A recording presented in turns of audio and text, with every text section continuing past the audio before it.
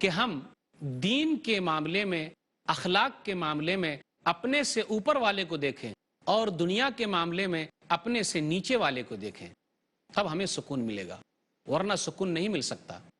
آپ مالداروں کی طرف نظر اٹھا کر دیکھیں گے تو آپ کو سکون نہیں ملے گا۔ آپ اپنے سے نیچے والے کو دیکھیے تو آپ کو سکون ملے گا۔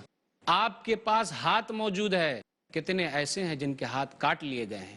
آپ کے پاس پاؤں موجود ہیں، ارے کتنے ایسے ہیں جن کے پاؤں کاٹ لیے گئے ہیں۔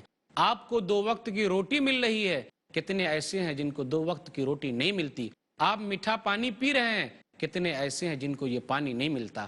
آپ کپڑے پہن رہے ہیں، کتنے ایسے ہیں جن کو کپڑا نہیں ملتا۔ غور نہیں کرتے ہم اور آپ؟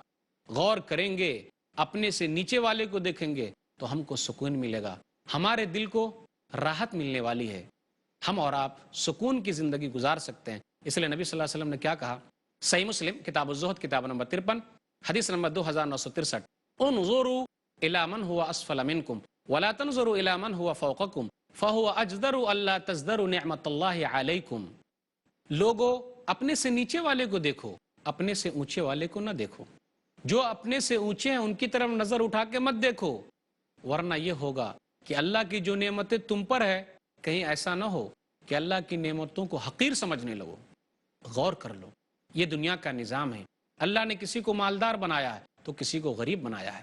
سورہ نحل سورہ نمبر 16 آیت نمبر 71، واللہ فضل بعضکم علی بعض فی الرزق، کہ اللہ تعالیٰ نے بعض کو بعض پر مال کے معاملے میں فضیلت دی ہے۔ اللہ کسی کو مالدار بنا کر آزما رہا ہے تو اللہ کسی کو غریب بنا کر آزما رہا ہے۔ یہ مت سمجھیے کہ اللہ جس سے خوش ہے اسی کو مالدار بنایا اور اللہ مجھ سے ناراض ہے اس لیے اللہ نے مجھ کو غریب بنایا ہے، بالکل نہیں۔ نعمتوں کے سلسلے میں، دنیاوی چیزوں کے بارے میں آپ اگر اپنے سے نیچے والے کو دیکھیں گے تو آپ کو سکون ملنے والا ہے۔ اس سلسلے میں سب سے اہم چیز یہ ہے کہ آپ موت کو یاد کیجئے۔ جب موت کو یاد کریں گے، یہ لذتیں، یہ شہوتیں، یہ دنیاوی جاہ و جلال، دنیا کے اندر مال و دولت کی ہوس کم ہو جائے گی، کٹ جائے گی۔ ایک حدیث کے اندر نبی صلی اللہ علیہ وسلم نے کہا، سنن ترمذی کتاب الزہد کتاب نمبر 34 حدیث نمبر 2307، اکثروا ذکر ہاضم اللذات یعنی الموت۔ لوگوں لذتوں کو کاٹنے والی چیز موت کو یاد کرو۔ زیادہ موت کو یاد کریں گے تو یہ ہائے ہائے جو چیز ہے نا وہ کم ہو جائے گی۔ موت جس کو یاد آ جائے وہ آدمی کامیاب ہے، اور ہر نفس کو موت کا مزہ چکھنا ہے۔ موت سے کس کو رستگاری ہے؟ آج وہ تو کل ہماری باری ہے۔ اللہ نے کیا کہا؟ سورہ آل عمران سورہ نمبر 3 آیت نمبر 185، سورہ انبیاء سورہ نمبر 21 آیت نمبر 35، سورہ عنکبوت سورہ نمبر 29 آیت نمبر 57، کل نفس ذائقۃ الموت، کہ ہر نفس کو موت کا مزہ چکھنا ہے۔ اگر آپ موت کو یاد کرتے ہیں تو دنیاوی معاملے کی جتنی بھی چیزیں ہیں اپنے آپ سے کم ہو جائے گی، ختم ہو جائے گی۔ آدمی کو اگر ایک پہاڑ سونے کا ملا ہے تو دوسرا چاہیے، دوسرا ملا ہے تو تیسرا چاہیے۔ ایک حدیث کے اندر کیا آیا؟ صحیح بخاری کتاب الرقاق کتاب نمبر 81 حدیث نمبر 6438، لو ان ابن آدم اوتی وادیا ملأ من ذهب لاحب ثانیا ولو اوتی ثانیا لاحب ثالثا۔